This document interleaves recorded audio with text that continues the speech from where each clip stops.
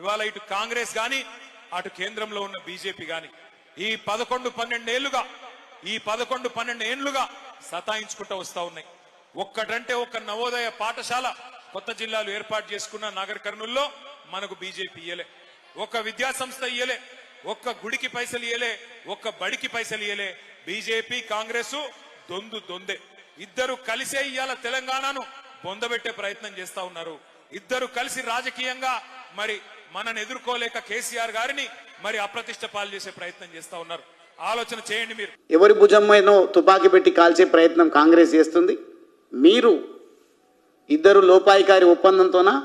అప్పుడేమో అధికారంలోకి రాకముందు రేవంత్ రెడ్డి గారు అధికారంలోకి వచ్చిన వెంటనే నన్ను చిప్పకూడు తినిపించినటువంటి బీఆర్ఎస్ పార్టీని జైలుకు పంపిస్తా, అధిష్టానాన్ని జైలుకు పంపిస్తా అని మాట్లాడాను. 20 నెలలు అవుతుంది.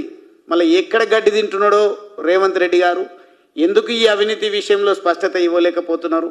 ఎందుకు మీ పరిధిలో ఉన్నటువంటి కేసును సిబిఐకి అప్పచెప్పినారు?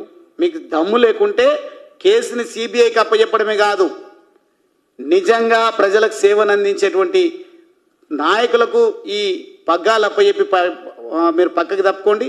చేత కాకుంటే ప్రజాస్వామ్యబద్ధంగా రాయల్గా ప్రజల చేత ఎన్నికై బీజేపీ ఈ రాష్ట్రాన్ని కాపాడుతుందని ఈ సందర్భంగా తెలియజేస్తాం.